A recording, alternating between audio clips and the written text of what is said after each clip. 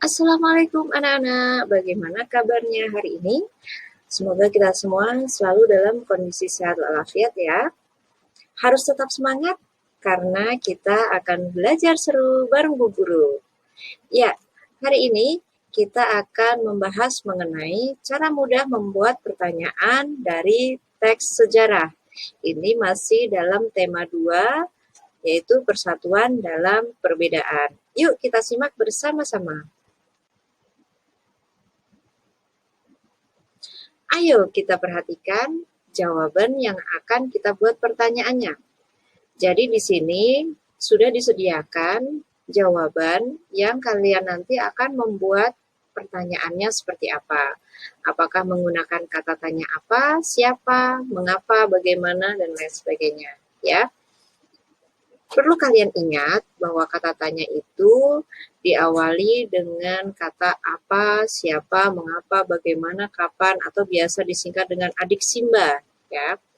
Itu sudah dipelajari di kelas-kelas sebelumnya. Dan selalu ingat untuk di akhir kalimat itu kalian harus menyertakan tanda tanya, ya.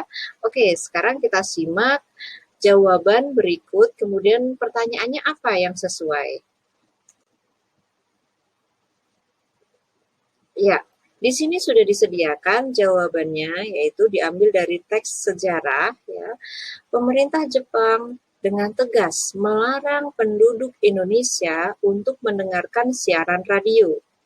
Ini adalah suatu informasi ya, bahwa informasi ini menyatakan pemerintah Jepang melarang penduduk Indonesia. Nah, pertanyaan yang cocok kita gunakan kata tanyanya yaitu apa? Apa yang dilakukan oleh pemerintah Jepang terhadap penduduk Indonesia? Jawabannya adalah yang dilakukan intinya itu melarang untuk mendengarkan radio, mendengarkan siaran radio. Nah, bagaimana kita bisa menentukan bahwa kata tanya yang digunakan itu apa? Ini alasannya ya. Karena pada jawaban tersebut menyatakan suatu kejadian atau peristiwa, ya, atau suatu informasi, maka digunakan kata tanya apa. Ya, dari sini semoga kalian bisa jelas ya. Kemudian yang berikutnya ada jawaban di sini atau suatu pernyataan yaitu Sultan Syahrir yang mendengarkan berita kekalahan Jepang melalui radio gelap. Ya, diulangi, Sultan Syahrir yang mendengarkan berita kekalahan Jepang melalui radio gelap. Pertanyaannya, siapa yang mendengarkan atau siapa yang mendengar berita kekalahan Jepang? Jawabannya adalah Sultan Syahrir yang mendengar berita kekalahan Jepang melalui radio gelap.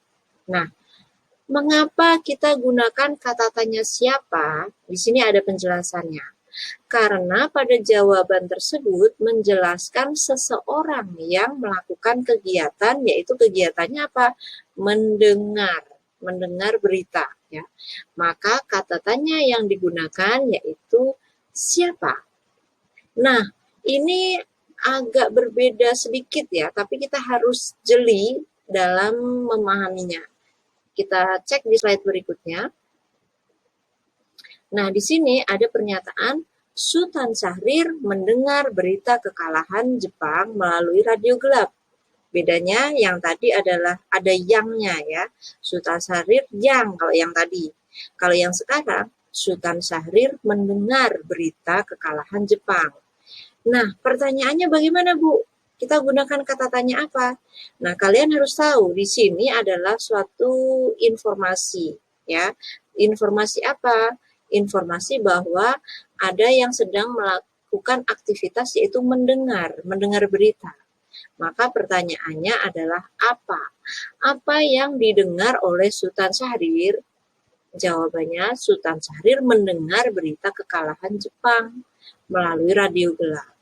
Nah, mengapa? Tadi yang Ibu jelaskan, karena pada jawaban tersebut, di sini jawabannya menjelaskan suatu kegiatan yaitu mendengar. Maka kata tanya yang digunakan yaitu apa? Nah, dari sini semoga kalian sudah bisa menyimpulkan sendiri ya. Jadi kalau kita simpulkan, maka kesimpulannya yaitu kata tanya apa digunakan untuk menanyakan suatu peristiwa. Ya, bisa peristiwa, bisa berita, informasi.